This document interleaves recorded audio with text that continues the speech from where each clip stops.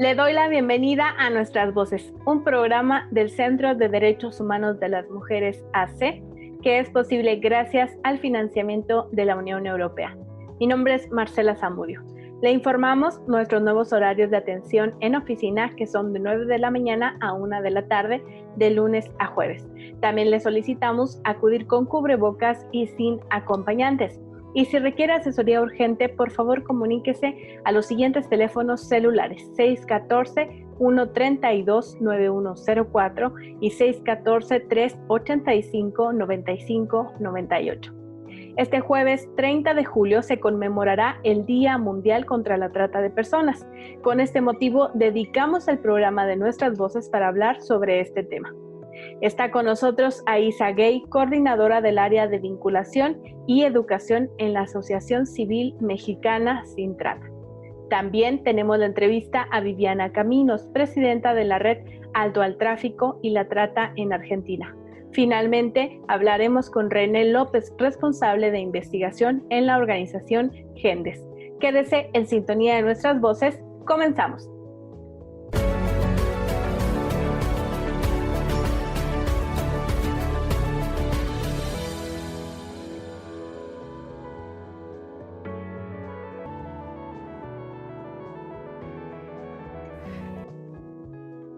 Damos inicio a las entrevistas del día de hoy para el programa de Nuestras Voces.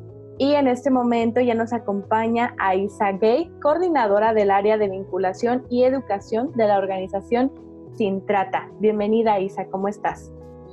Muy bien, y tú, muchas gracias. Muchas gracias por la invitación y por organizar esta llamada. A ti, muchísimas gracias. Es muy importante tu presencia el día de hoy, ya que pues este programa lo estamos haciendo en conmemoración del día 30 de julio, que es el Día Mundial contra la Trata de Personas. Y pues, ¿qué te parece, Aisa, si comenzamos con esa entrevista y nos platicas un poco sobre qué es Sin Trata y cómo se formó? Claro que sí. Bueno, está muy bien que hagan este material en el Día Mundial contra la Trata de Personas en este marco, y bueno, gracias por la invitación.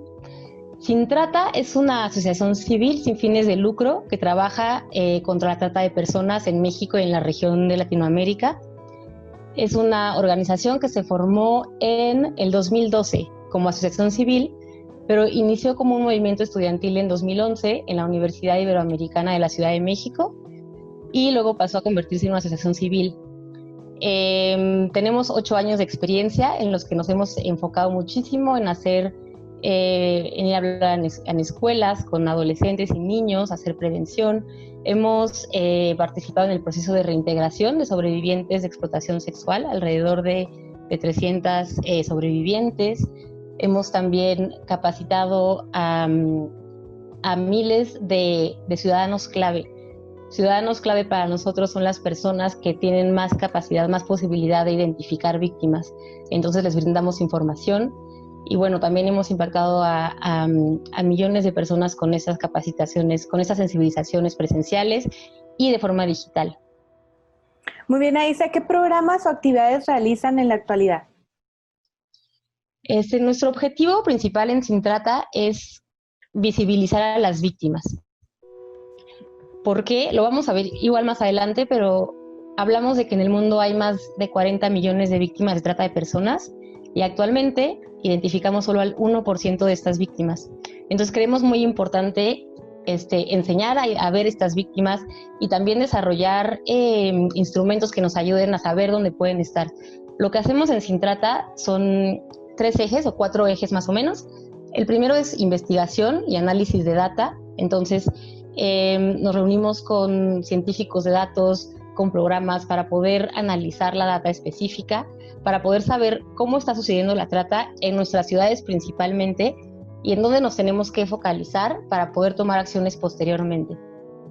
También lo que hacemos es educación y capacitación, como lo comentaba hace ratito. Hacemos campañas de educación para comunidades, para personas de comunidades vulnerables, como pueden ser niños, niñas y adolescentes. También capacitamos a esas personas que creemos que necesitan esa información o que deben de tener esa información para poder ver mejor a las víctimas, lograr identificarlas y que puedan tener acceso a justicia. informamos sobre lo que es la trata de personas, sobre lo que no es la trata de personas. ¿Por qué? Porque también muchas veces lo que podemos conocer o las ideas que tenemos pueden hacer que no estemos identificando un caso de trata o una víctima de trata que podemos tener o identificar cerca. También hacemos alianzas estratégicas. Es muy importante para nosotros con el sector público, con el sector privado y con el sector social, para poder llevar acciones que tengan un impacto mucho más coordinado. Y en último, es súper importante para nosotros apoyar y seguir apoyando a las sobrevivientes de trata de personas. Actualmente apoyamos a 2 refugios de sobrevivientes de explotación sexual. Canalizamos donaciones, organizamos actividades pedagógicas y lúdicas y estamos en contacto con ellas. Aiza, ¿dónde se encuentran estos refugios? Refugios de la zona metropolitana, así es. ¿A qué nos referimos cuando hablamos de trata de personas? Bueno, la trata de personas es un delito muy complejo y no les voy a leer la definición porque es una definición muy compleja, pero lo podemos explicar a través de 3 pasos o 3 procesos que son para nosotros los que se pueden ver y es más fácil entenderla de esta manera. Entonces, cuando hablamos de trata de personas, hablamos de el tratante o una red de tratantes que lo que hacen son acciones de trasladar a una persona. Se habla de extraer, de mover, son todos estos verbos que nos indican que sacan a una persona de su zona de confianza, pueden ser sus redes familiares, institucionales, sus redes de amigos, sus amistades, para llevarla a otro lugar. Es bien importante este momento de la trata de personas, porque es cuando hablamos de cuando a una persona puede ser enganchada y esta persona puede trasladarse solita a través de un motivo que fue este enganche, sin que haya forzosamente un tratante involucrado. Voy a dar un ejemplo para poder ver mejor esto. Por ejemplo, es un caso de verdad, es una persona que es de Venezuela. Esta persona conoció a una pareja de mexicanos en un momento que le dijeron que si tenían algún problema, cuando lo necesitaran, le marcaran, le hablaban, se pusieran en contacto con ellos. La situación de Venezuela es difícil socialmente, económicamente, y ella en busca de conseguir una mejor vida, de buscar algún trabajo, llama a esta pareja tiempos después, años después, y ellos le ofrecen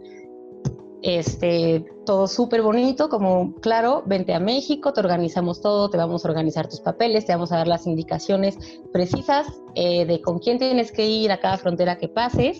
Y entonces esta chica, confió en ellos y decidió tomar estos aviones, seguir todas las indicaciones, entregar los documentos que le pidieron esas personas porque le prometían que aquí iba a tener un trabajo para cuidar niños. Entonces, esta es la extracción, el enganche y la extracción de la primera etapa de la trata de personas. La segunda etapa o el segundo proceso para explicar es los medios que utilizan los tratantes o las redes de tratantes para hacer que las víctimas hagan lo que ellos quieren. Al final, el objetivo de la trata de personas es la explotación de estas personas para obtener un beneficio económico.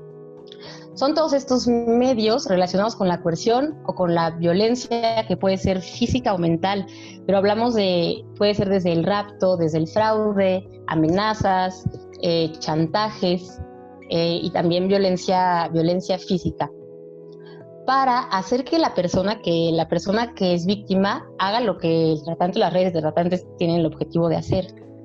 Esta parte es muy importante de entender. ¿Por qué? Porque por eso la trata de personas es un delito tan complejo, porque muchas veces las víctimas están dando su consentimiento porque están viviendo este tipo de coerción, que es la que hay detrás de este consentimiento, y por eso vamos a hablar de un consentimiento viciado.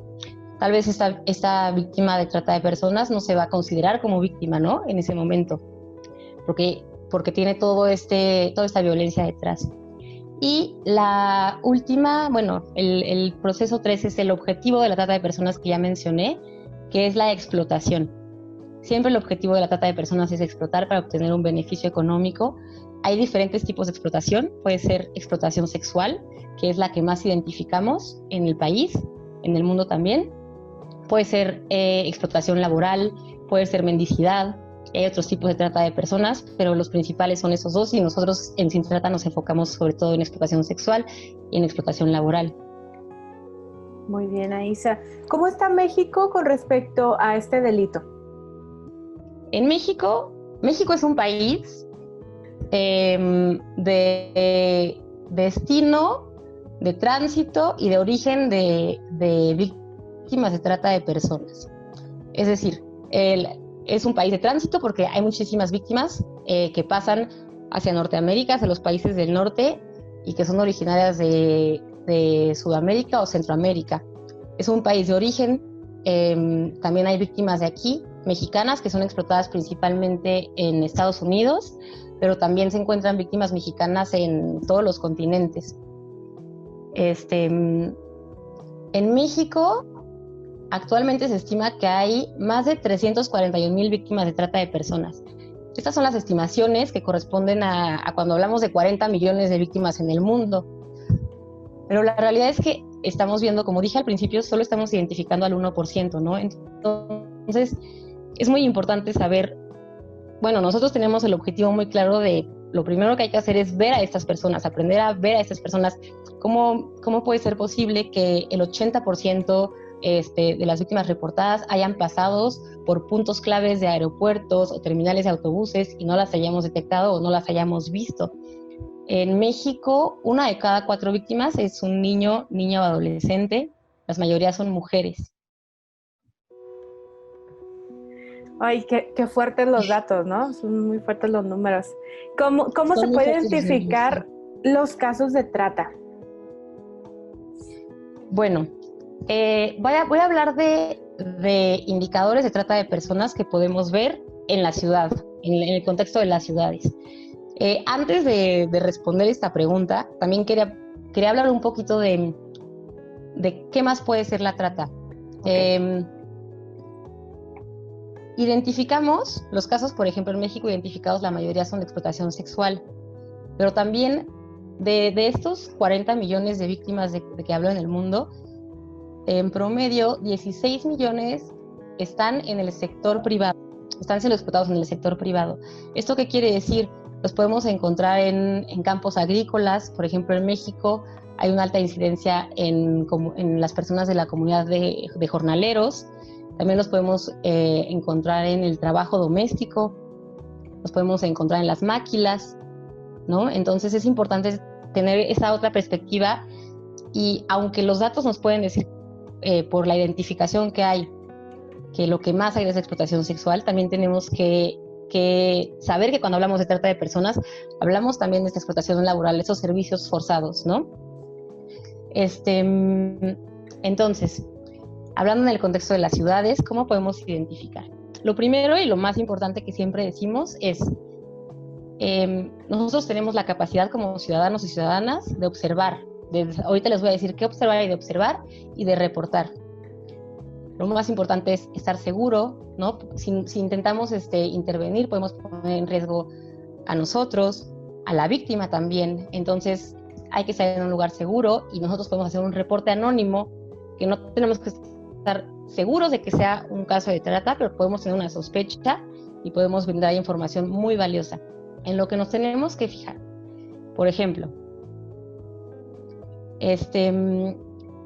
hay una situación de control, o la víctima está siendo controlada, sus movimientos están siendo controlados, está siendo vigilada por alguien. Por ejemplo, si podemos ver a una víctima y no tiene capacidad para hablar a título personal, parece que sus respuestas están ensayadas, ¿no? También eso significa que está siendo controlada, está siendo vigilada por alguien, y es un indicador muy importante de trata de personas.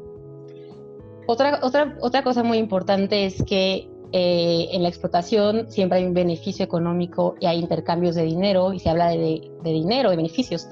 Entonces, esta persona puede estar hablando de una deuda, puede estar hablando de una cuota diaria que tiene que cumplir. puede hacer referencia a que le están quitando la totalidad del salario que les correspondería o le están dando nada más una parcialidad. También en lo que nos podemos fijar, por ejemplo, es en el contexto de si eres algún vecino, ¿no? Lo que podemos ver tal vez en una zona habitacional es, viven muchas personas en un mismo espacio, o estas personas pueden vivir también con su empleador o empleadora. Eso es un gran indicador de trata de personas.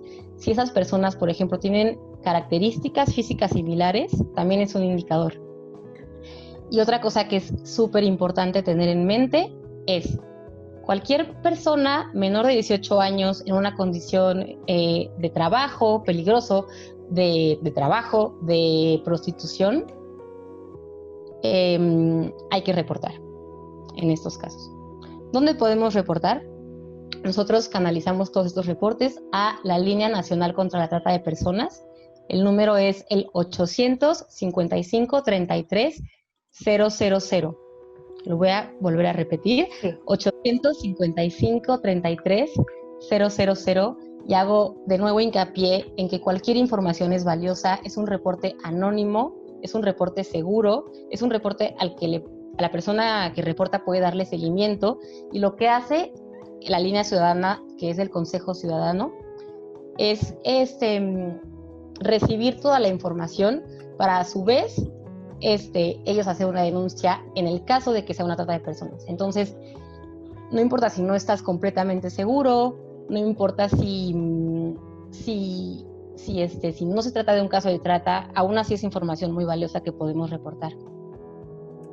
Bueno, Aiza, qué importante saber a dónde llamar, sobre todo porque vemos situaciones cotidianas en las que probablemente sean casos de trata. Una ocasión me tocó ver a un par de niños que estaban afuera de una pizzería y ellos estaban vendiendo como unas galletitas, pero aparte estaban pidiendo dinero para sus útiles.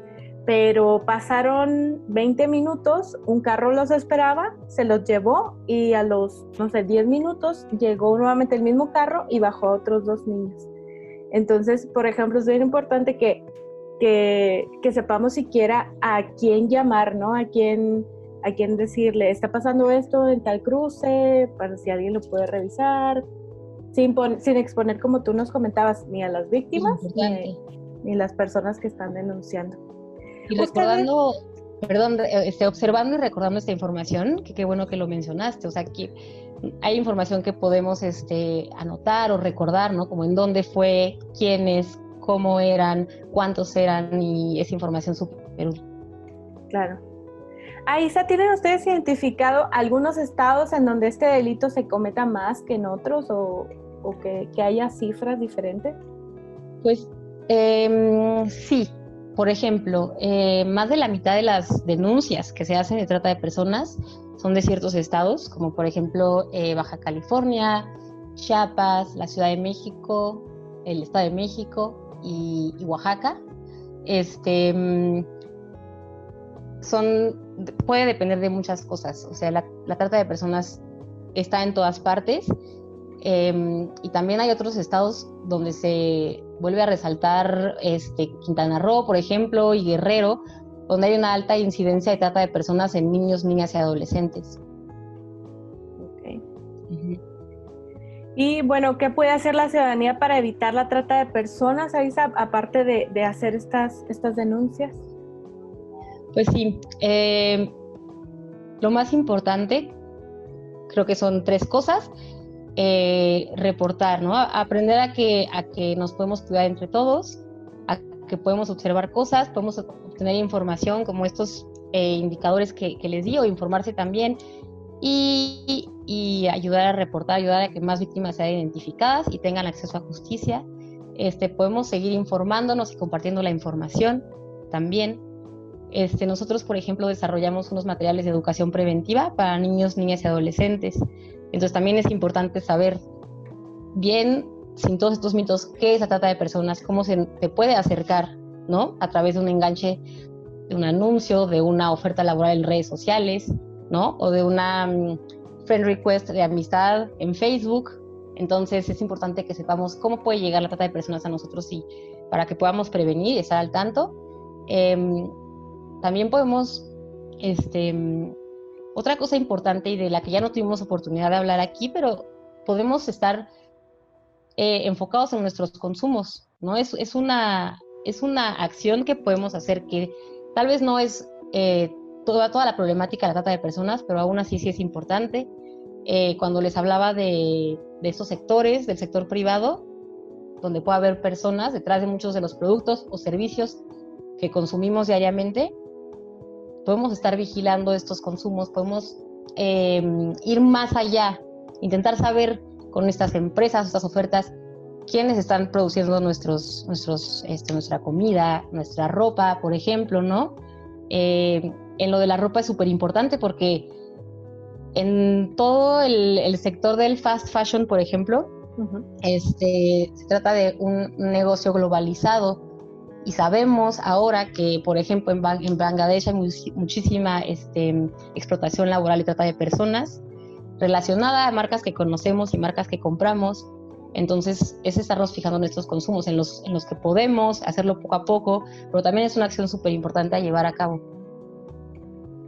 Aisa, me queda otra duda. A nivel internacional, México, ¿cómo está posicionado en el tema de este delito de trata? Es difícil posicionar el país por la tal vez falta de datos que puede haber.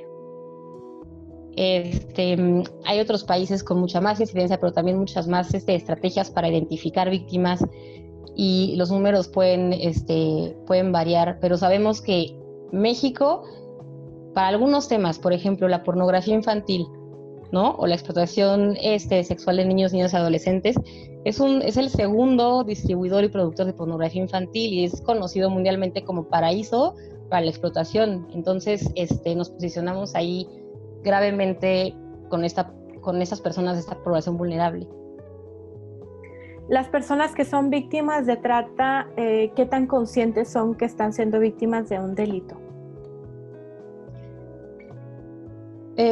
Como comentaba hace ratito, lo del consentimiento es súper importante y también entender las vulnerabilidades de las personas. Por eso la trata de personas es un delito muy complejo, ¿no? Porque todo está hecho en la trata de personas para que la víctima esté el mayor tiempo posible, sea explotada el mayor tiempo posible y pueda tener los mayores beneficios económicos posibles. Entonces, nosotros hablamos mucho de la vieja escuela de la trata de personas y la nueva escuela. Tal vez antes iba a haber mucho más violencia física, ¿no? Una extracción un poco más violenta, y esto lo que hacía y lo que los tratantes se daban cuenta es que las víctimas, las personas se quedaban menos tiempo, ¿no? Se daban mucho más cuenta de que estaban viviendo este delito. Entonces, ahora las técnicas podemos hablar de que están mucho más refinadas porque han estudiado las vulnerabilidades de las personas. Vemos las modalidades de enganche se repiten, ¿no? A pesar de que las explotaciones puedan ser diferentes. O sea, puede ser, no sé, yo veo tres grandes. Una oferta de fama, de éxito, por ejemplo, ¿no? Que te digan, vas a ser actriz, vente a tal país, y entonces las condiciones de vulnerabilidad que pueden ser pobreza, que pueden ser necesidad de lazos afectivos más fuertes, pueden ser que no encuentres el trabajo y que esa sea una oportunidad que brilla muchísimo. Otra modalidad de enganche también es lo que comentaba, como la oferta de una relación de amistad o amorosa. Muchas veces, muchos casos, Marcela, los tratantes están casados con las personas que están siendo víctimas de trata de personas. Entonces, al momento de reconocer el delito, es muy importante entender que esa persona está viviendo el delito y al mismo tiempo está viviendo una desilusión amorosa, ¿no? Que a nivel personal puede ser muy fuerte, ¿no?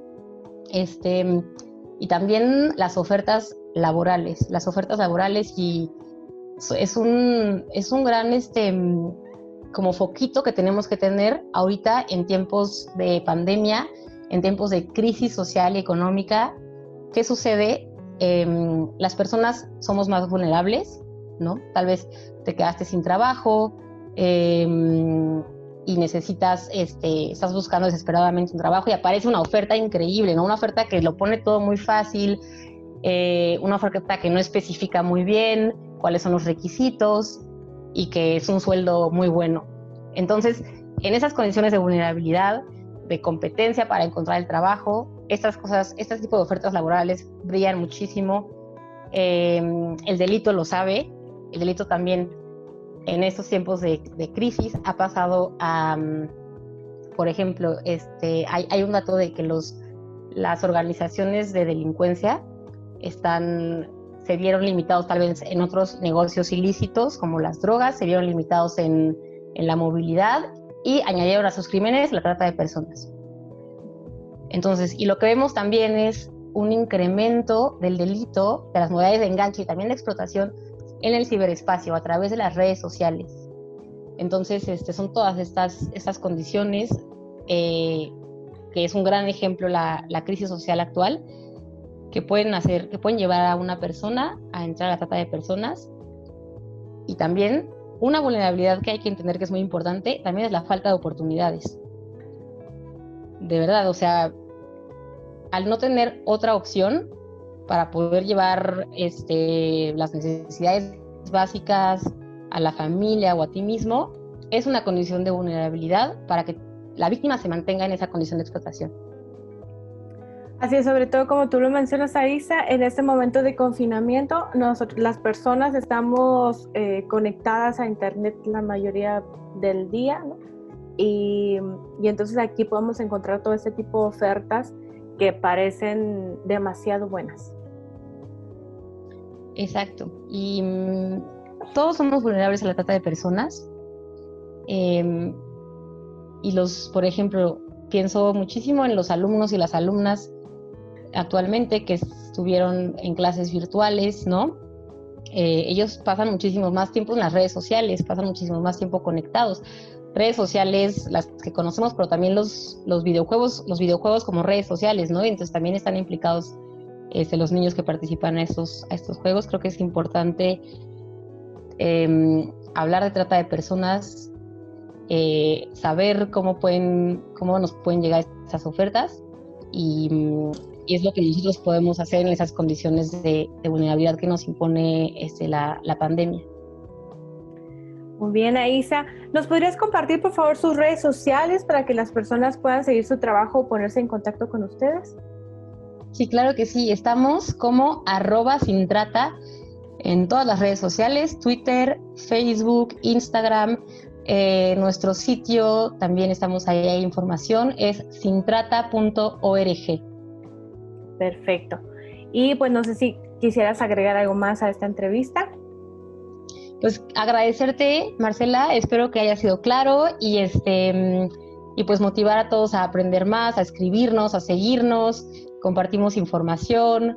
Pronto vamos a sacar una campaña con estos indicadores que les conté hoy para aprender a identificar. Un video animado que está quedando padrísimo, entonces síganos por favor y compartan el material que generamos para que llegue a más personas.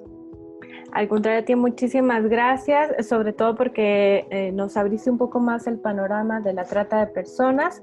¿Y qué te parece si cerramos esta entrevista viendo uno de los videos de la campaña Inalcanzables que hicieron ustedes? Son 3 videos, me comentas, acerca de esta campaña y que habla de una manera más digerida acerca de este delito. Muchísimas gracias, Aisa, de mucho gusto. A las personas que están siguiendo el programa de Nuestras Voces, continuamos. Hola, soy Sofía, tengo 15 años y esta es una lección para surfear la web de manera segura.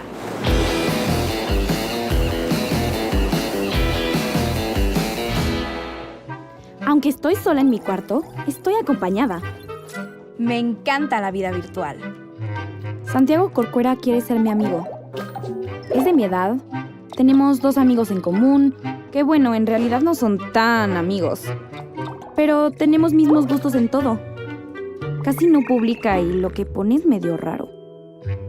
X, lo acepto. Está guapo. Es muy buena onda, le platico toda mi vida y él me cuenta la suya.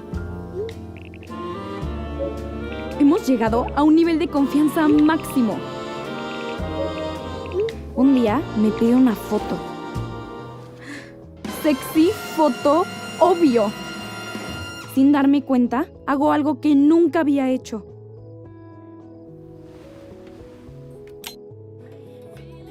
Días después, me pide un video. Le digo que no. Y de la nada, me amenaza con publicar la foto que ya tiene, con enseñarle nuestras pláticas a mi familia, a mis amigos. ¿Cómo pasó esto? ¿Y el niño que pensé que conocía a la perfección? Confiaste en alguien y salió mal. Pero no es tu culpa. La persona que hace eso es la que no está bien. El depredador cree que es anónimo en internet. Busca niños vulnerables, como yo, y mi soledad. Así genera nuestra confianza, disfrazándose de lo que nos hace falta, subiéndonos la autoestima. Las niñas usamos más el internet para redes sociales, chats, etc. Los niños para juegos online. Y ahí también se dan estas situaciones.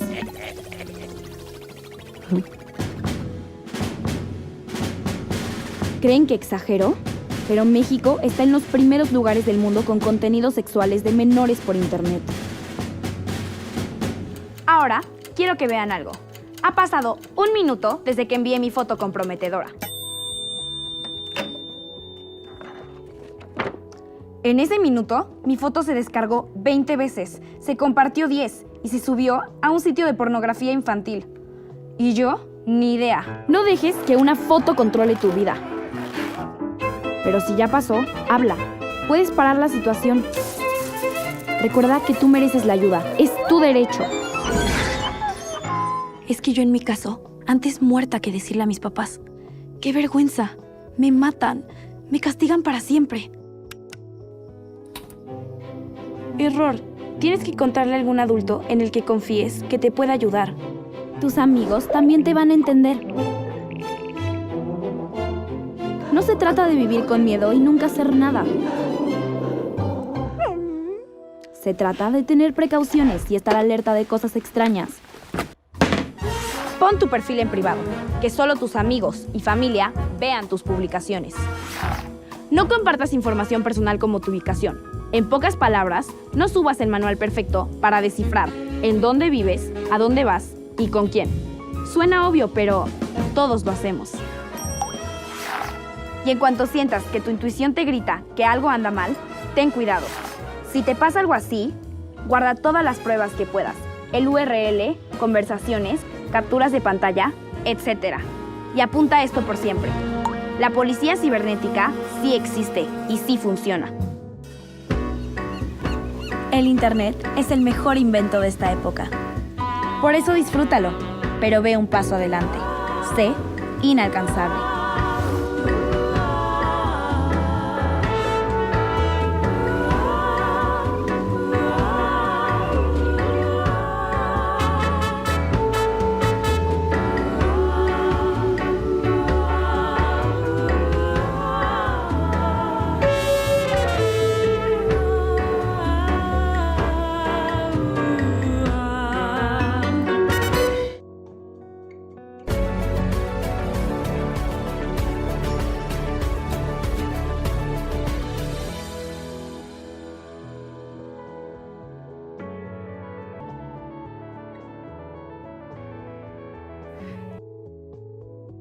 Continuamos en el programa de Nuestras Voces. Y para esta entrevista ya tenemos en nuestro programa a Viviana Caminos. Ella es presidenta de la Red Alto al Tráfico y la Trata. Bienvenida, Viviana, ¿cómo estás? Muy bien, muy bien. Muchas gracias por la invitación. Al contrario a ti, qué gusto tenerte, sobre todo saber que nos vas a hablar de este tema de la trata de personas, pero desde una visión de otro país, ¿no? De este contexto desde Argentina. Si nos pudieras compartir, Viviana, ¿cómo nació esta organización, Red Alto al Tráfico y la Trata? Bueno, esta organización nace en el año 2006, que todavía en Argentina no teníamos ley de trata de personas, pero sí se había aprobado ya el protocolo contra la trata de personas. Justamente el 30 ahora de julio es el Día Mundial contra la Trata. Con lo cual era un tema que recién empezaba a hablarse en Argentina, En principio yo era parte de una red virtual, más que nada, donde compartíamos información, pero después junto a otras personas, un grupo de compañeras y compañeros, decidimos empezar a recorrer Argentina, o sea, digamos que teníamos que empezar a trabajar en territorio, que la gente tenía que conocer que la trata existía, que era un delito, que necesitábamos una ley interna y que teníamos que ir sobre todo a las zonas donde sabíamos que eran zonas de reclutamiento, que en nuestro país, por ejemplo, son lo que se llama el noroeste y el nordeste de la Argentina. Provincias como Misiones, donde están las cataratas, provincias como Salta, provincias como Jujuy, como Formosa, como Corrientes, que eran son provincias más vulnerables, porque sabemos siempre que el reclutamiento va de los lugares más vulnerables justamente hacia lugares donde hay más demanda, mayor demanda. Entonces, nuestra tarea es justamente recorrer el país, empezar a dar charlas y a construir lo que llamamos foros nosotros, que estos foros son alianza entre Estado y sociedad civil en cada territorio. Cada territorio, digo, hay foros provinciales, foros municipales, a nivel local. En casi todo el país, en casi todas las provincias de nuestra Argentina tenemos representantes, referentes de la red al tráfico y la trata, porque bueno, son 14 años de construcción, con lo cual hemos podido hacer un largo recorrido. En el camino lo que hemos hecho fue incidir en los gobiernos locales, en las provincias, a nivel nacional para tener una ley. Yo fui parte personalmente del equipo que trabajó en la redacción de la ley de trata en Argentina, fui contratada por el gobierno para esto, y luego también desde la sociedad civil en el trabajo de revisar esa ley y tener una nueva redacción de la ley en el año 2012.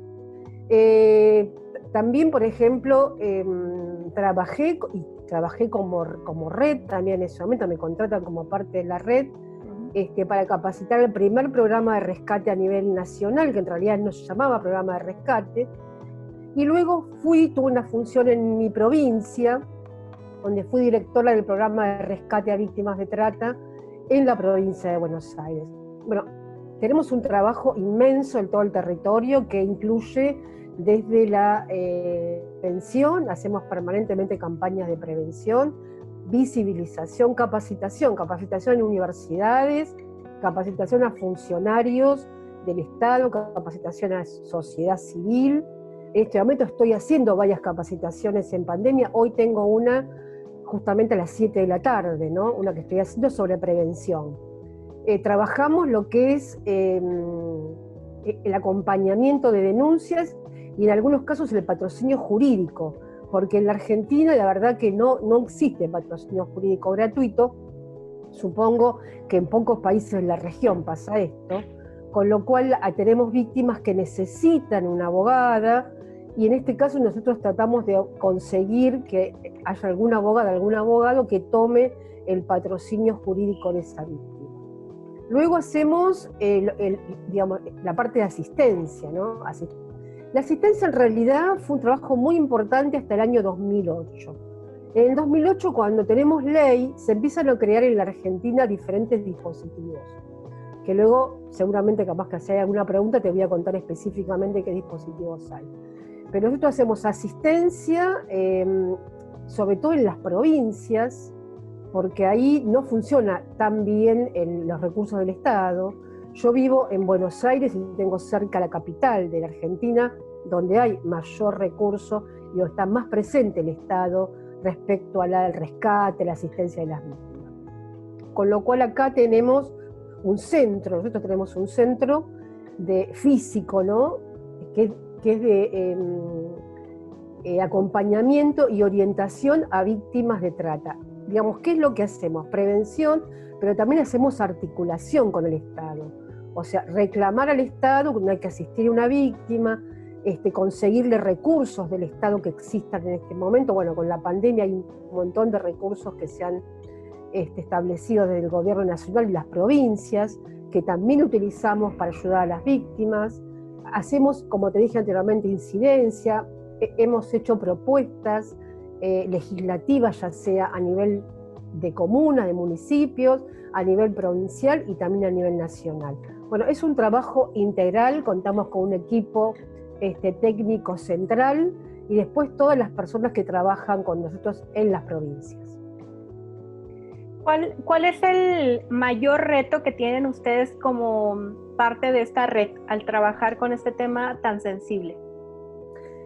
Primeramente, el reto en un país donde ha trabajado bastante bien lo que tiene que ver con la investigación y el rescate a víctimas, tuvo que ver con el tema de hacer visible que luego del rescate lo que no había en la asistencia, ni la prevención, que la prevención, las campañas de prevención por parte del Estado eran insuficientes. En los últimos 4 años anteriores de gobierno, que hemos tenido un gobierno neoliberal, totalmente inexistentes.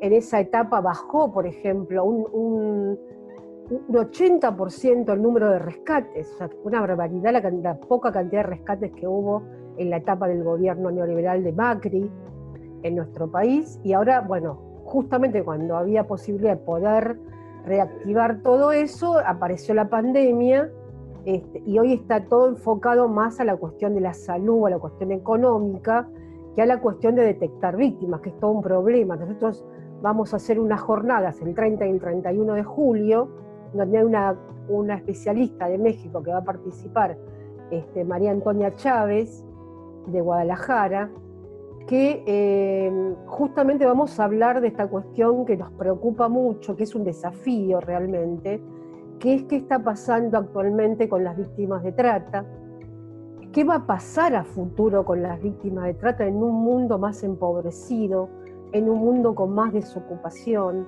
en un mundo, digamos, que es justamente el germen propicio para las redes de trata.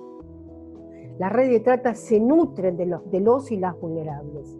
Entonces ahí tenemos que estar muy presentes, con propuestas claras para hacerles al Estado, para la sociedad civil también, y justamente el objetivo de estas jornadas va a ser debatir eso, ¿no?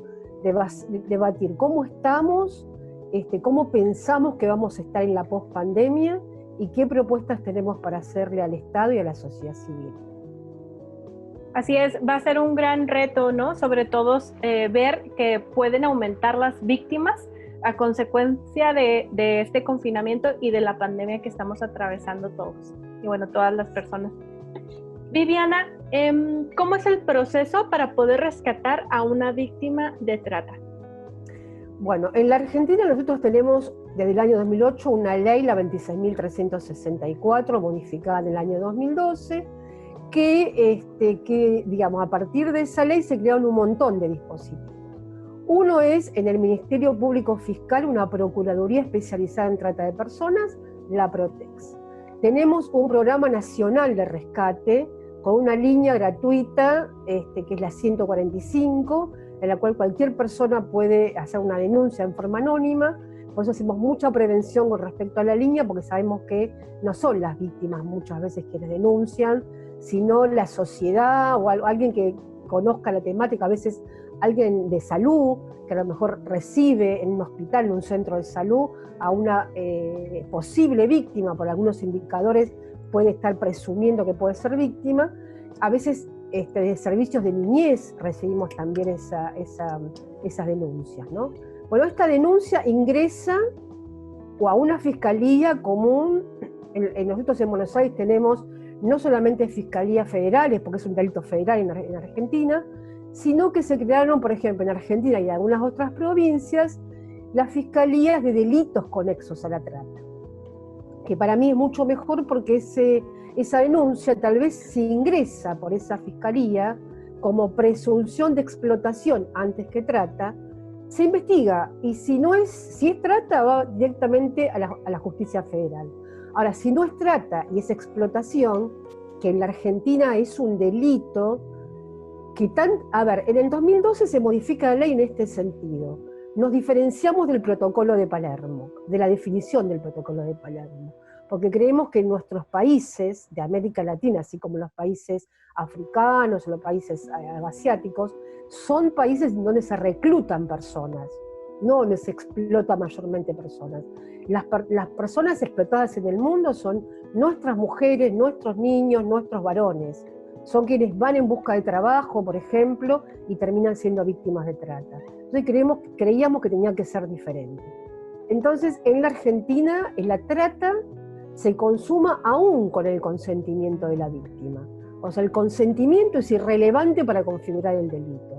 Y todos los que son vicios del consentimiento, que están en el protocolo de Palermo, como puede ser el secuestro, las amenazas, el uso de la coacción, vulnerabilidad, son agravantes de ese delito. También se han incluido en el Código Penal 3 artículos que tienen que ver con la facilitación de la prostitución, la promoción de la prostitución y la explotación sexual, que también son delitos penales aún con el consentimiento de la víctima. A ver, ¿cómo diferenciamos cuando es explotación o trata? Básicamente que una persona que ejerce en forma autónoma la prostitución, que en la Argentina no es un delito el ejercicio autónomo, se lleva el 100% de la ganancia, el 100% de lo que paga el cliente, nosotros le decimos cliente prostituyente o cliente prostituidor, se lo lleva la persona. Eso casi ni existe, porque sabemos bien que apenas un grupo de chicas alquila un departamento para poder ejercer en forma autónoma, aparece el padrote, aparece, ustedes llaman padrote, llaman proxeneta, el policía, las fuerzas de seguridad, que están aliadas con los padrotes, llegan enseguida para tocarle el timbre y pedirle que les den un porcentaje de esa ganancia, y dentro de estos lugares, estas casas donde se explotan personas, algunas pueden ser víctimas de trata, en general, yo que tengo experiencia en el rescate a víctimas, lo que se llevan es el 50%, tienen que dar el 50% de lo que reciben, 60% en algunos casos, aparte comprarse la ropa, comprarse perfume, comprar el preservativo, pagar la limpieza del lugar, con lo cual es muy poco lo que termina llevándose una persona explotada sexualmente, por ejemplo, digamos, no trata ya, pero por ejemplo explotación sexual, con lo cual casi roza la trata, digamos, ¿no? Esta es nuestra diferencia, pero igualmente nosotros hemos incluido también la explotación sexual como un delito no escarcelable, eso es importante. Luego tenemos muchos protocolos de intervención para la fuerza de seguridad, tenemos un Consejo Federal de Lucha contra la Trata, que está compuesto por integrantes de todas las provincias, está compuesto por el Ministerio Público Fiscal, por legisladores del Congreso Nacional, por la Defensoría del Pueblo, y también por 3 organizaciones sociales de la sociedad civil que actúan como, monitoreando que realmente se esté cumpliendo con la ley o se está cumpliendo con los programas. Tenemos un programa nacional que termina este año, hasta el 2020, debería redactarse otra vez un nuevo programa cada 5 años, y también tenemos lo que se llama el Comité Ejecutivo de Lucha contra la Trata, que es un órgano que coordina los ministerios que tienen que ver con la temática de trata para justamente redactar, crear políticas públicas, monitorear la situación, hacer capacitación, hacer prevención. Bueno, tenemos muchos organismos. La forma de funcionar, que eso es lo que para mí es una falencia, es que algunas provincias tienen programa de rescate, otras no. Dicen, porque a veces dicen nada más que tienen una oficina, que puede ser aquella que trabaja cuestiones de violencia o cuestiones de infancia, que es la encargada de hacer la asistencia después del rescate. Si rescata el programa nacional, solamente interviene en el rescate. Luego va a derivar toda la parte de la asistencia posterior al rescate a lo que llamamos puntos focales en la Argentina, que es uno por provincia, que es ese programa, esa oficina, que lamentablemente no existe en muchos lugares. Ese es el problema. Por eso tenemos muchas compañeras y compañeros nuestros que trabajan con la RAT, con mi organización, que tienen que hacer asistencia a ellos o ellas porque el Estado no está presente. Está presente en las grandes ciudades, pero en las grandes provincias, pero en los lugares más lejos o donde hay más complicidad política, policial, ahí no hay prácticamente asistencia. Y después tenemos algunos programas, muy pocos realmente, esa es la gran falencia, que tienen que ver con la asistencia. Uno es un programa de capacitación y empleo del Ministerio de Trabajo, que lo que es muy poquito el dinero que se asigna a esa persona para que termine la escuela o que haga una capacitación, que realmente es nada y mucha gente ni lo toma siquiera. Y después lo que sí el año pasado se aprobó, que es interesante, es un fondo fiduciario que va a constituirse con la incautación de los bienes de los tratantes. Ahora hubo 2 casos en los cuales se utilizó los bienes, digamos, cuando hay sentencia firme, ¿no? Los bienes de los tratantes para liquidarlos, para venderlos, y que ese dinero vaya a la asistencia de las víctimas. Y por último, lo más interesante a mi entender es un caso de hace 2 años, creo que fue, que es una víctima de trata, Lika Kinam, que le inicia un juicio civil, no solamente penal, un juicio civil a sus explotadores por trata de personas, pero también a la ciudad donde fue explotada por complicidad. Y ganó el juicio.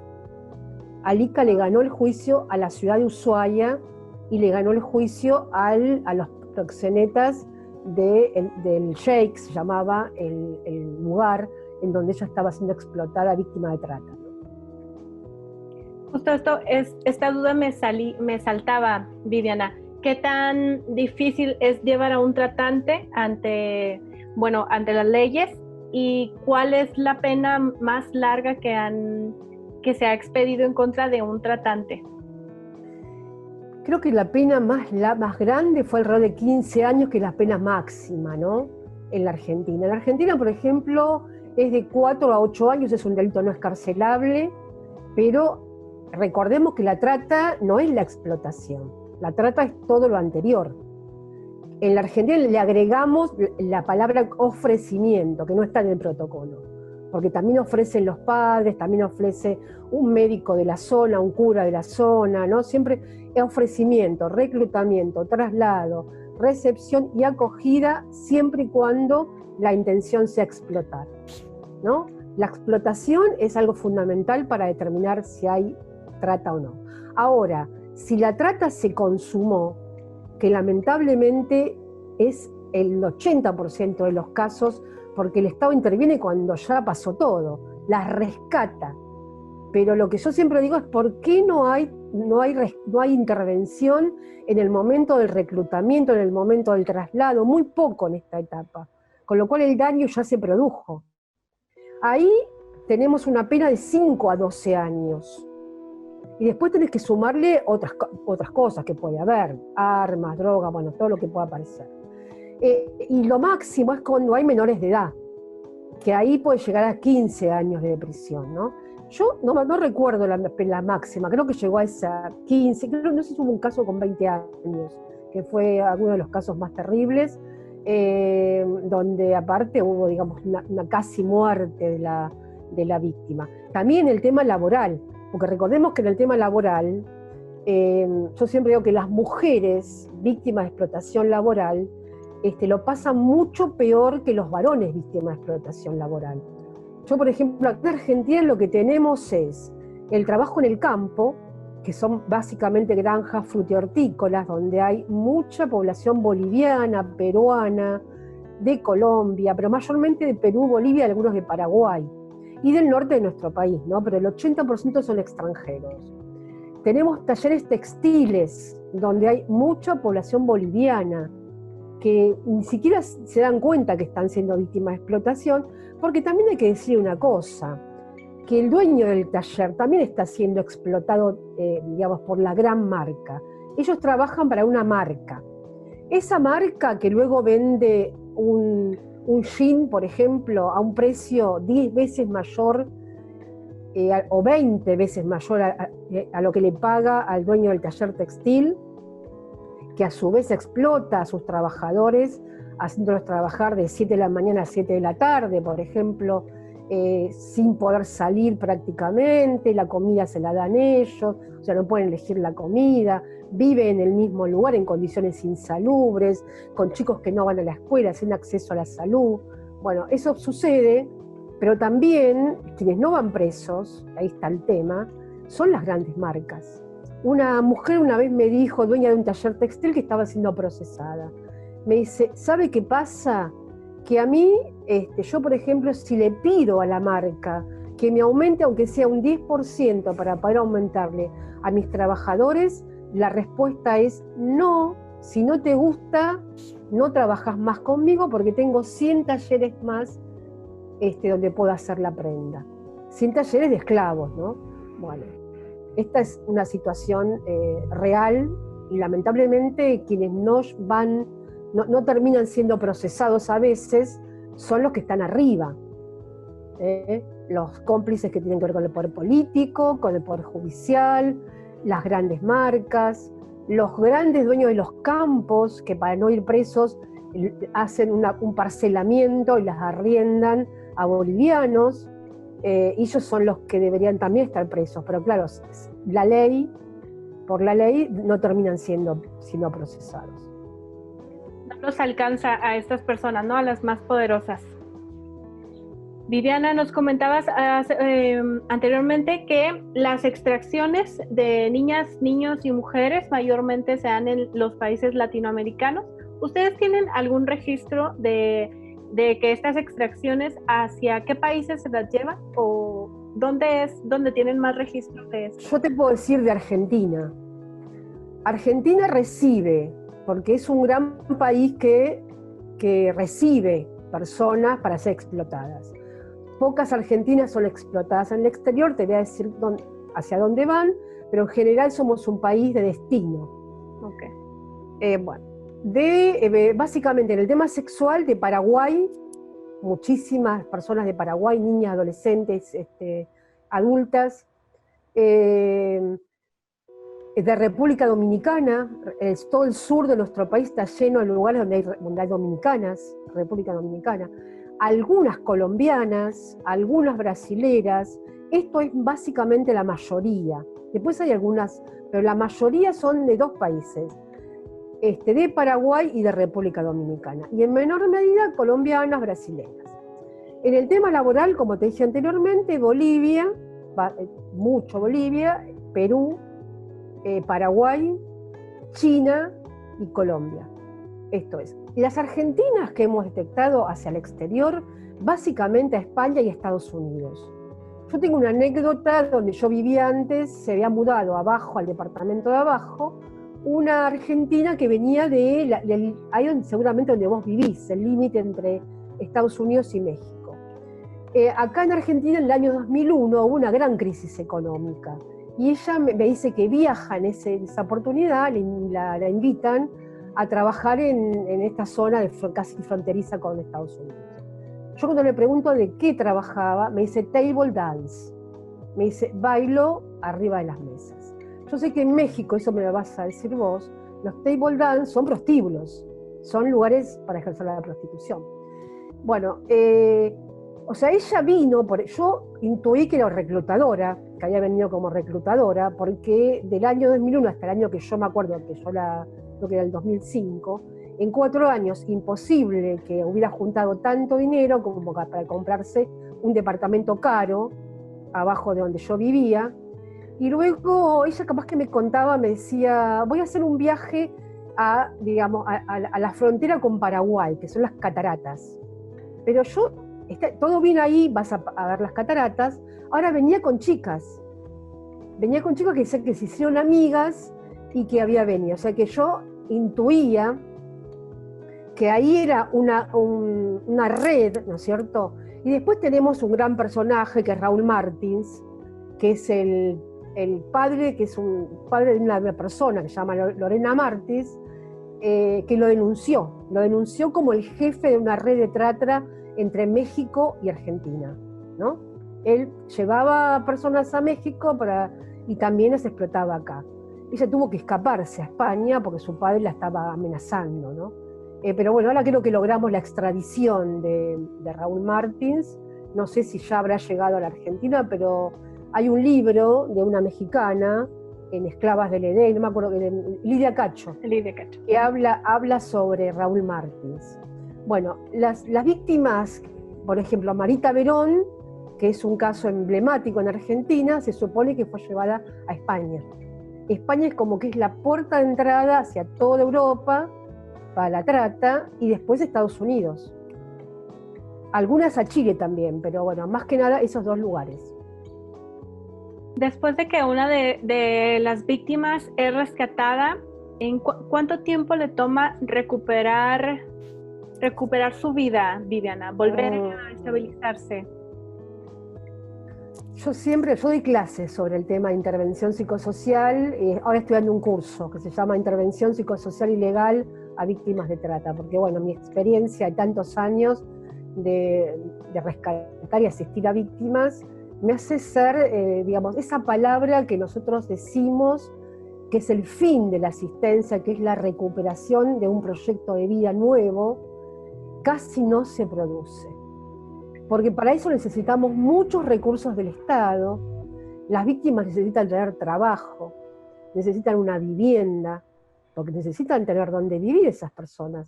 Necesitan asistencia psicológica y durante mucho tiempo.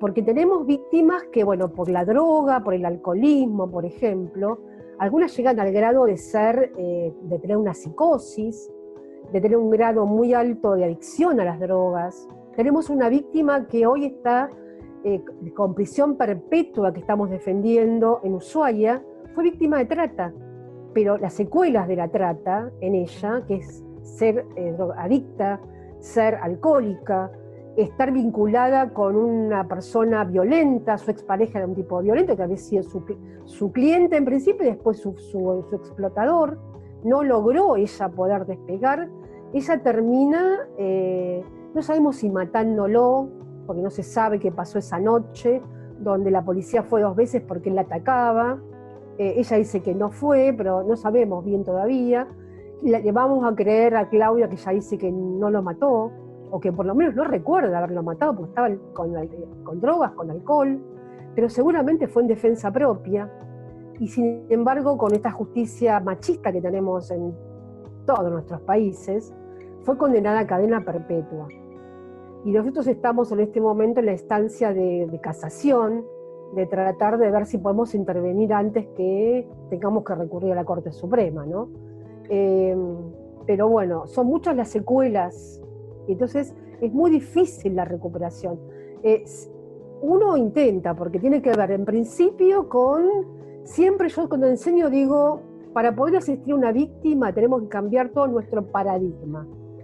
La mayoría de las que trabajamos venimos del campo de las ciencias sociales, de la psicología, de la abogacía, tal vez venimos con somos burguesas, hemos estudiado en universidades públicas o privadas, con una cierta mirada del mundo que no es la misma que tienen las víctimas. Entonces lo primero que tenemos que hacer es desarraigar todos los prejuicios, digamos, no culpabilizar a esas personas que se sienten culpables, porque por ejemplo les cuesta mucho hablar, y se justifican todo el tiempo cuando el del relato, que no pueden reconstruir en tiempo y espacio, porque ese es un problema para la justicia, que no lo entienden.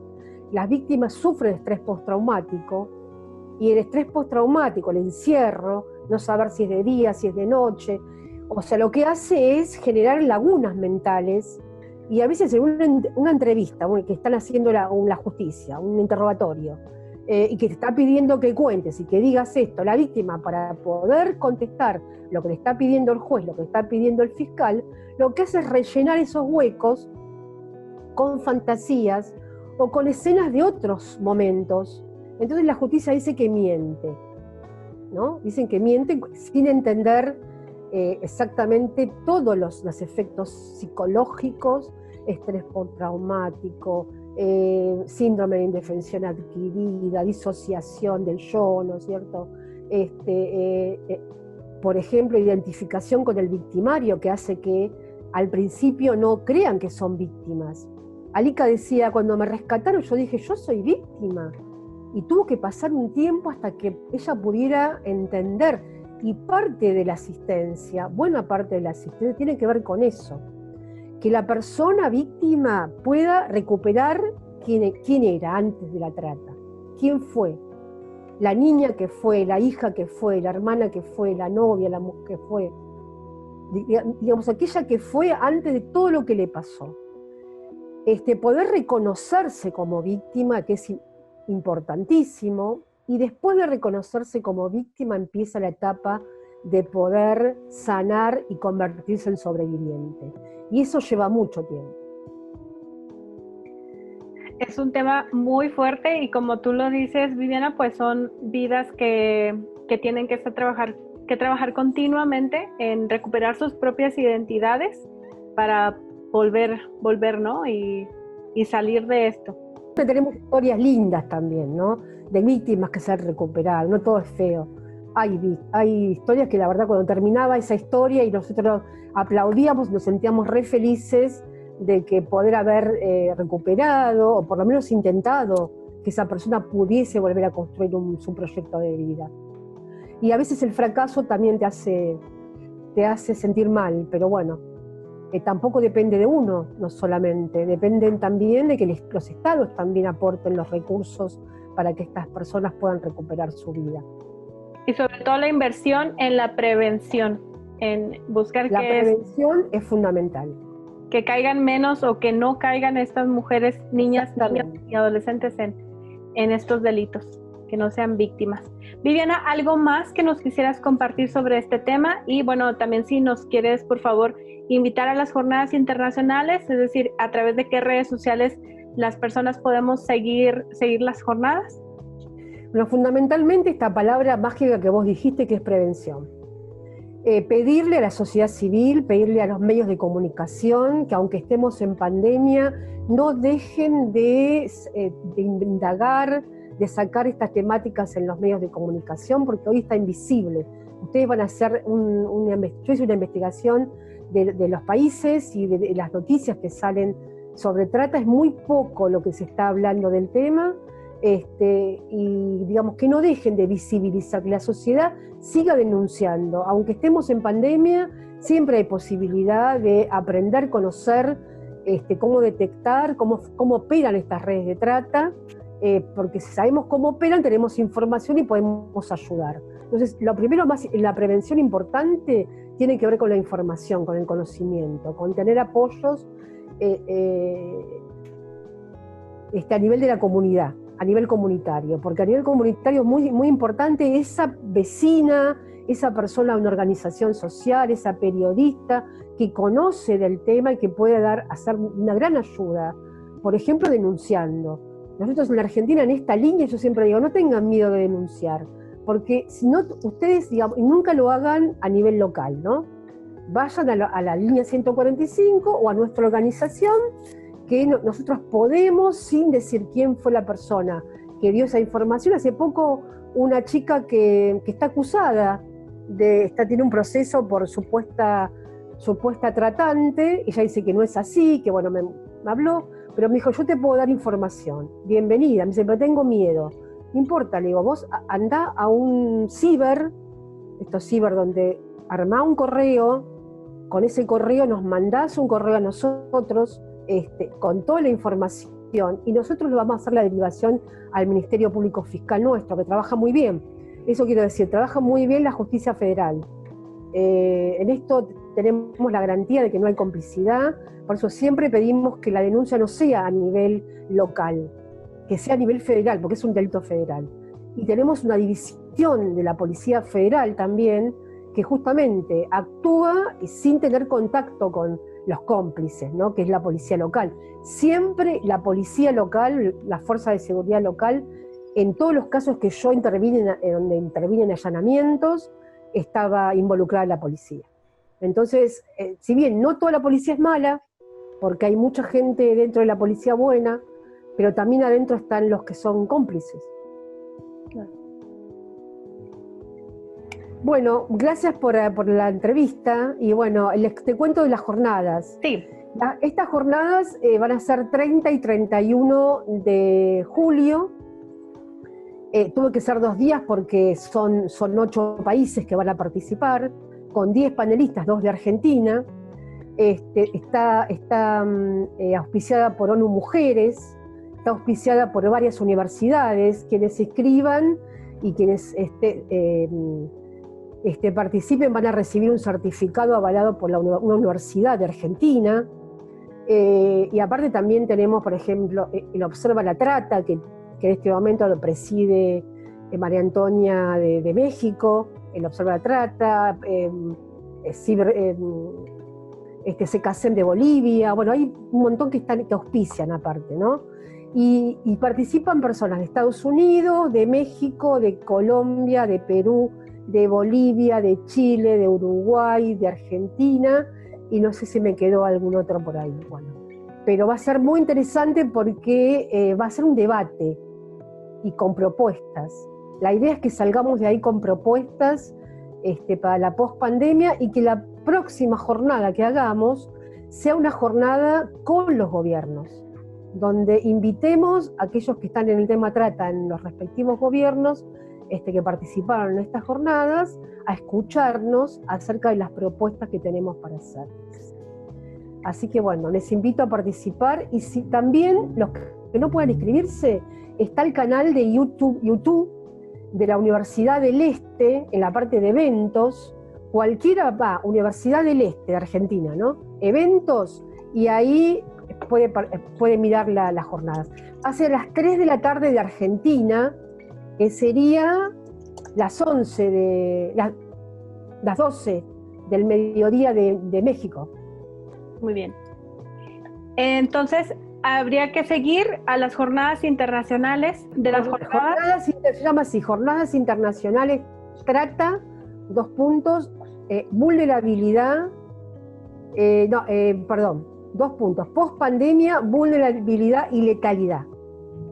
Muy bien. Sí, pues entonces seguimos pendientes de estas jornadas.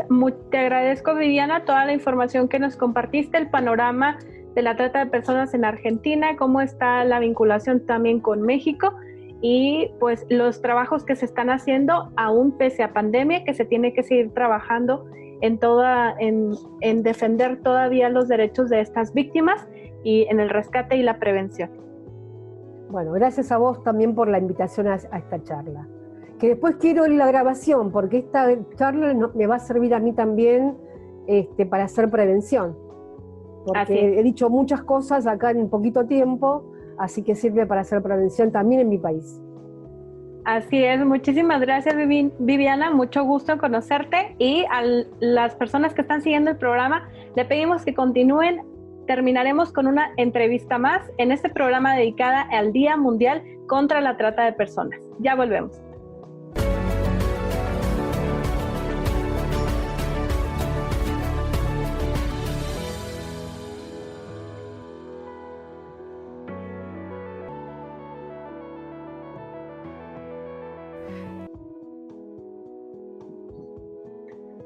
Continuamos en el programa de Nuestras Voces, y en esta tercera y última entrevista para este programa especial en el que lo estamos dedicando al Día Mundial contra la Trata de Personas, ya tenemos a René López Pérez, que es responsable de investigación en la organización civil GENDES. Bienvenido, René, ¿cómo estás?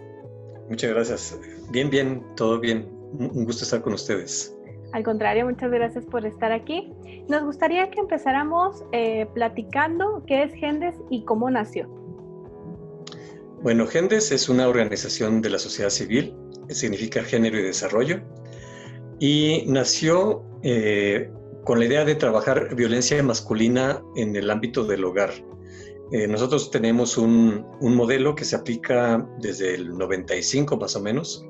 Su creador, Antonio Ramírez, es uno de los fundadores de nuestra organización, y este modelo justamente trata de hacer conciencia a los hombres de los tipos de violencias que ejercemos en el hogar, cómo detener esas violencias y cómo generar otro tipo de relaciones pues, con nuestras parejas o nuestros hijos e hijas. Aparte de eso, y por eso incluimos desarrollo en el nombre de la organización, queríamos saber de qué manera la construcción de la masculinidad incide en diversos problemas, ¿no? Entonces tenemos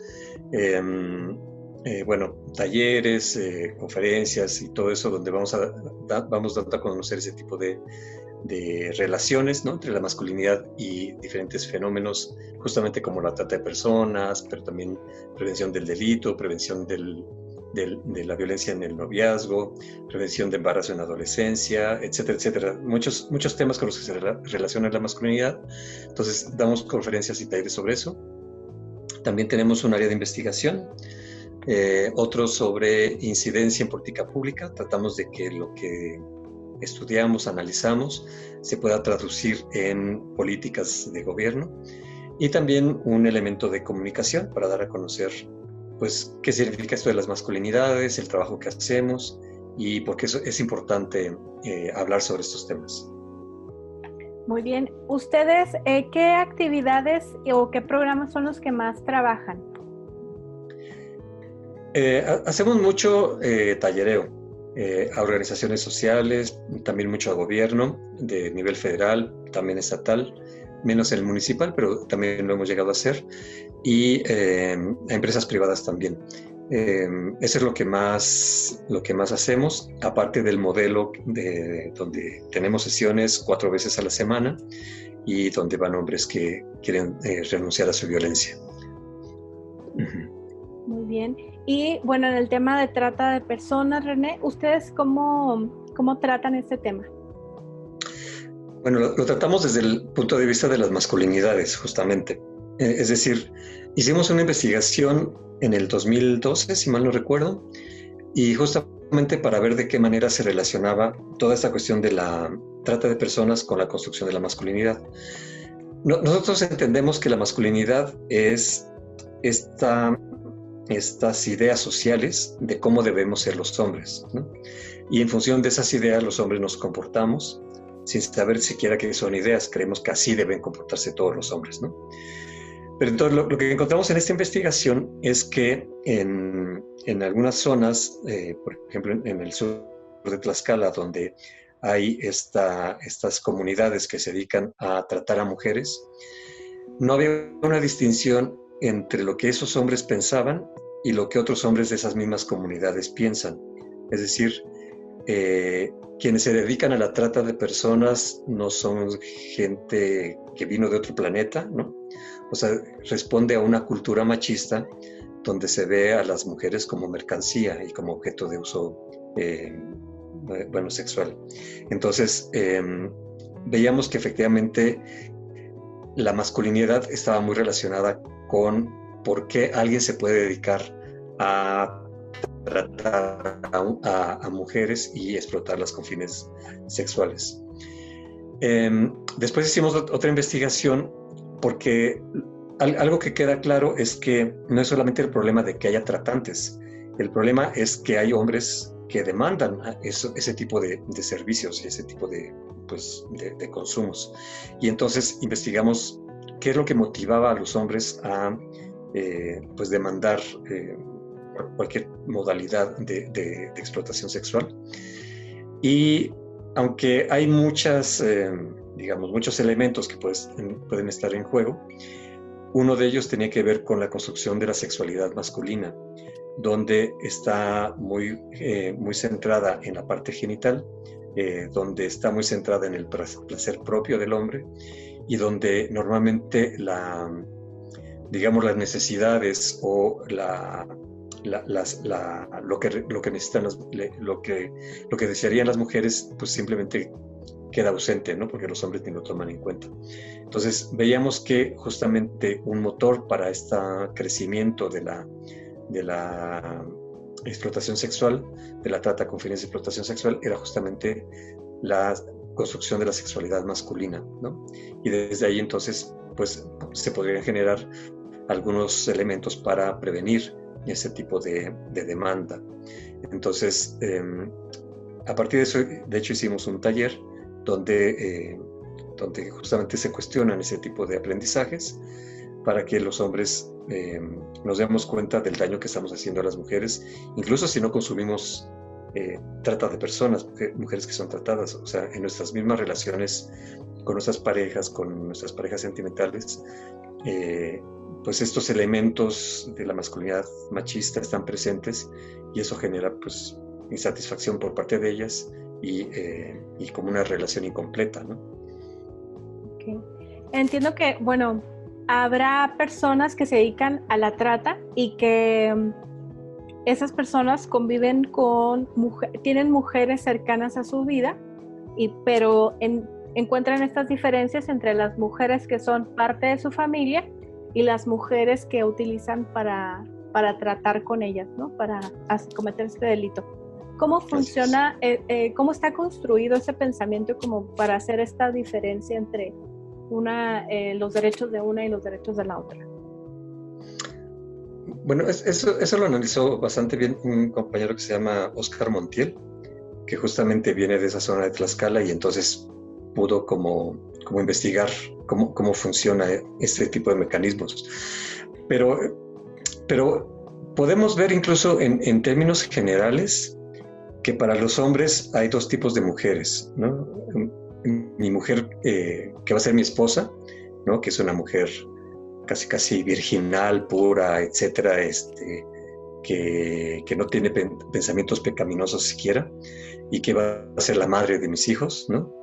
Y están las otras mujeres, ¿no? De las que puedo usar, abusar, etcétera. Entonces, ni siquiera es una cuestión solamente de quienes son padrotes o tratantes, ¿no? Es algo que está en la cultura misma de los mexicanos. Y entonces, el problema está en esta, digamos, desconsideración que los hombres tenemos hacia las mujeres en general, no solamente cuando estamos dentro de este delito, pues. Y habría que verlo entonces no solo como una perversión de esos hombres que se dedican a la trata, sino como un aprendizaje que está al alcance de todos los hombres en esta sociedad, ¿no? Y es parte de las cosas que tenemos que cuestionar y que tenemos que cambiar también.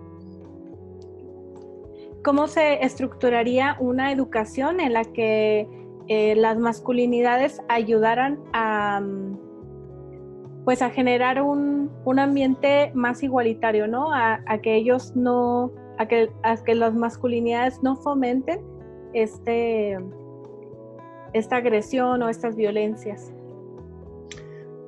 De hecho, bueno, nosotros como organización participamos en algo que se llama Cómplices por la Igualdad, que son diferentes colectivos y personas que están preocupadas por esos temas de las masculinidades. Y hace como 3 años generamos una agenda para trabajar masculinidades desde la política pública. Y justamente lo que creemos es que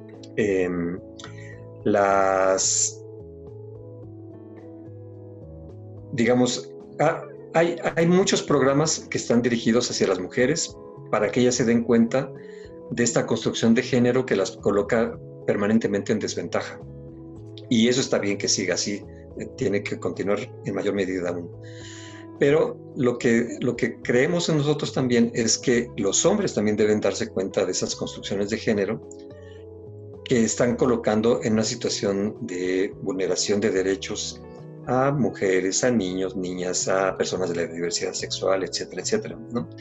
Y en ese sentido, si el género es una construcción cultural, pues es a través de la cultura que se tiene que ir cambiando, ¿no? Y los gobiernos podrían hacer bastante en este sentido al promover entre los hombres diferentes modelos de masculinidad, no solamente la que hemos aprendido a través de Televisa, por ejemplo, o de las películas que vienen desde los 40s, sino que los hombres vean otros modelos, ¿no? De hecho, por ejemplo, yo tengo 2 niñas y actualmente me es relativamente fácil educarlas porque hay muchos materiales y mucha información donde a las mujeres se les ofrecen modelos distintos al de solamente ser el ama de casa, ¿no? No porque esté mal, pues, pero no deberían limitarse solamente a eso. Pero, por ejemplo, si yo tuviera un hijo, me sería muy difícil encontrar esa misma cantidad de materiales para que mi hijo pudiera reflexionar sobre otras maneras de ser hombre que no sean el ser violento, el ser borracho, el ser agresivo, etcétera, etcétera, ¿no? Entonces, creo que es importante para cambiar esas masculinidades, cambiar la cultura, cambiar estas ideas que tenemos de lo que significa ser hombre. Y eso implica el concurso, pues sí, de organizaciones como en la que yo trabajo, pero evidentemente también tiene que ser algo mucho más amplio, ¿no? de muchas organizaciones más, del gobierno, de las empresas. Muy bien. Bueno, en este mismo sentido, René, con los hombres que ustedes trabajan, ¿cuánto tiempo les toma construir o encontrar que pueden vivir dentro de estas nuevas masculinidades? Es una pregunta muy complicada, porque, o sea, hay hombres que, sobre todo en generaciones más jóvenes, que más o menos rápido pueden empezar a cambiar. Y hay otros hombres a los que les cuesta más trabajo, ¿no?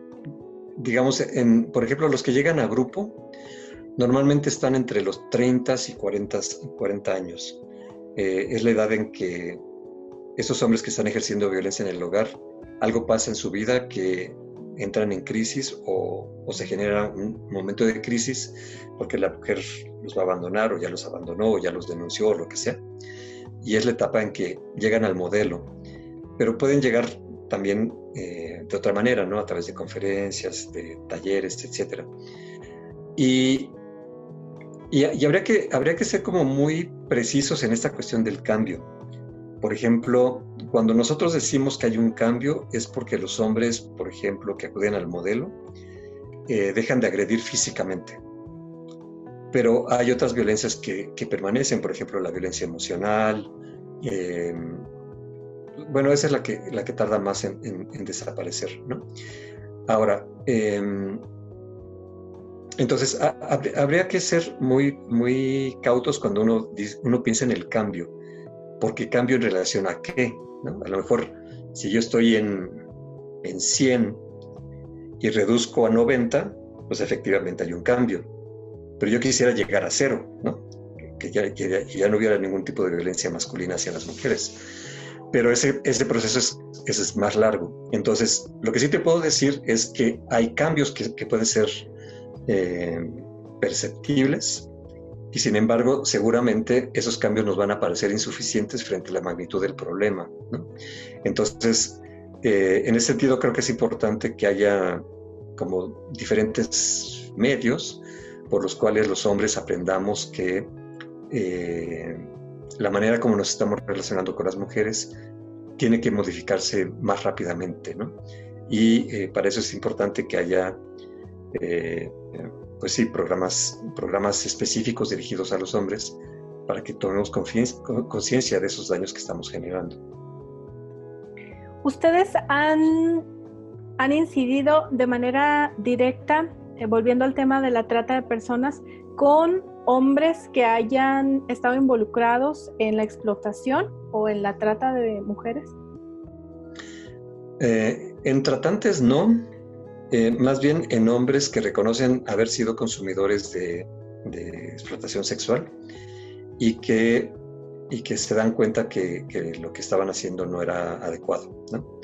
Entonces, en ese nivel creo que sí podemos incidir. En el otro me parece más complicado porque ellos directamente están cometiendo un delito y no sé si ahí lo que habría que cambiar es su manera de ver la masculinidad o directamente tendrían que enfrentar un proceso pues legal por lo que están haciendo, ¿no? Entonces, nosotros creemos que a nivel de prevención se puede hacer más con quienes consumen. Es un trabajo de largo plazo, evidentemente, y pues debería ser masivo para que tenga efectos pues palpables. Pero creo que es ahí a donde deberíamos apostar, en esos hombres que consumen y que no se dan cuenta que eso es algo que está generando daño a otras personas. ¿Cómo se puede ayudar? Es decir, un ciudadano, una ciudadana, ¿cómo pueden combatir este tipo de situaciones o crear en los núcleos familiares a niños muchísimo más conscientes que no existe solo una masculinidad, sino que hay diferentes? Pues desde cosas tan básicas y hasta parecen como de risa, pues, pero el hecho mismo de que se crea que hay colores para niños y colores para niñas va generando esas diferencias, ¿no? Es decir, ni siquiera habría que explicar grandes cosas, con hacer pequeños cambios en qué tipo de ropas usan los niños o las niñas, con qué juguetes juegan, de qué manera son tratados, ¿no? Porque, o sea, sé de padres que si son niñas las tratan como más delicadas, pero si son niñas los tratan más bruscos. Es decir, hay una serie de pequeños aprendizajes que vamos teniendo los hombres y las mujeres, ¿no? De cómo deberemos comportarnos en el futuro. Y eso va generando relaciones, ¿no? O cosas también como, por ejemplo, en kinder, las mamás que alientan a sus niños a que les den un beso a las niñas o a que se hagan novios de una niña. O sea, son cosas como muy cotidianas y como que hacer esos pequeños cambios desde esas infancias tempranas puede ir generando una visión diferente, ¿no? Y entonces, creo que poco a poco, por ejemplo, en el campo de la publicidad, esos roles estereotipados están desarmándose. Claro que a un nivel masivo aún creo que todavía no. Creo que a nivel masivo todavía sigue habiendo esos estereotipos muy marcados, pero poco a poco empiezan a haber como opciones, ¿no? a esta manera de ver a los niños de azul y a las niñas de rosa, por ejemplo. Pero justamente es a través de ese tipo de consideraciones que podemos ir cambiando la cultura, ¿no? La cultura de género que está colocando en estas situaciones de vulnerabilidad a las mujeres y de explotadores a los hombres, ¿no? De hecho, muchos dicen que los hombres no son consumidores, sino que son prostituyentes al acudir a ese tipo de servicios sexuales pagados. ¿Qué tipo de personas o quiénes pueden acercarse a Gendes? Pues de hecho, todo mundo. En realidad, en los grupos de reeducación que tenemos para hombres que ejercen violencia en sus hogares, ahí sí solo acuden hombres de cualquier edad, bueno, siempre y cuando sean mayores de edad, pero a nuestros talleres y demás eventos que hacemos, aunque están dirigidos muchas de las veces a los hombres, normalmente tenemos también auditorio femenino. Entonces, realmente, y bueno, por ejemplo, tenemos varias intervenciones que tenemos a nivel de primarias o secundarias, obviamente preparatoria, universidad. Entonces, desde edades muy tempranas se podrán acercar a nosotros y encontrar una orientación para este tipo de temas. Aparte del trabajo que hacemos nosotros de difusión y que pueden ver en nuestras redes, por si quieren interesarse más en el tema y conocer más del tema, pues se pueden enterar ahí en nuestras redes y en nuestra página de internet. Si nos las pudieras compartir, por favor, René. Sí, la página de internet es www.gendes.org.mx y tenemos Twitter, tenemos Facebook, tenemos Instagram, que ahí mismo en la página pueden ligarse a esas plataformas. Muy bien. Pues, ¿algo más que te gustaría agregar en este tema? Pues simplemente enfatizar que el tema de trata de personas, no solo incluye la explotación sexual, hay otros temas más que incluye la trata y que también son importantes, la cuestión laboral, la cuestión de extracción de órganos y otros temas, aunque la explotación de las mujeres pues suele ser como muy visible, ¿no? Y por eso genera tanta preocupación. Pero bueno, darnos cuenta que hay muchos tipos de trata de personas y por otra parte que la prevención es importante, tanto para que las mujeres sepan cómo protegerse ante este tipo de delitos, como para que los hombres dejen de demandar ese tipo de servicios provenientes del delito, porque así el problema se iría erradicando, ¿no? Entonces, simplemente tener conciencia de que nosotros, como ciudadanos, podemos hacer algo al respecto. Así sí, como tú lo comentas, ¿no? En el caso de otros tipos de trata de personas, explotación laboral, por ejemplo, en el necesitamos que la sociedad en general esté más informada para que sepa sus derechos laborales, ¿no? Y que de ahí parta como para ver que algo no está bien en el caso de que así lo sea, ¿no? Como lo vemos con jornaleros agrícolas o con personas que prestan sus servicios de limpieza o incluso maquiladoras, etcétera. Uh-huh. Sí. Pues, de hecho, daría para mucho el tema, pero entiendo que el tiempo no es corto y bueno, quizá en otras oportunidades haya chance de enfatizar o ampliar sobre estos temas. Así es, René, pues muchísimas gracias, te agradezco mucho tu tiempo por habernos compartido toda esta información y pues para que nos permitió conocer un poco más de Gendes. Y a las personas que continúan en el programa, quédese un poco más. Ya volvemos para cerrar este programa especial dedicado al Día Mundial contra la Trata de Personas. Ya regresamos. Muchas gracias.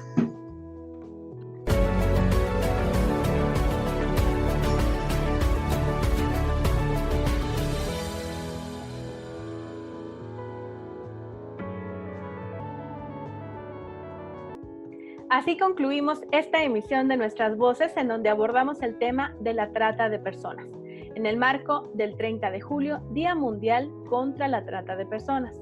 A nombre del Centro de Derechos Humanos de las Mujeres, agradecemos las valiosas participaciones de Aisa Gay, Viviana Caminos y René López. Sigue Nuestras Voces a través de las redes sociales del CEDEM. Encuéntranos en Facebook como Centro de Derechos Humanos de las Mujeres, en Twitter e Instagram como @CEDEM, en YouTube como CEDEM Chihuahua y en Spotify como Nuestras Voces CEDEM Chihuahua. Nuestras Voces es posible gracias al apoyo de la Unión Europea. Mi nombre es Marcela Zamudio. Gracias por acompañarnos. La esperamos en nuestra próxima emisión. Hasta pronto.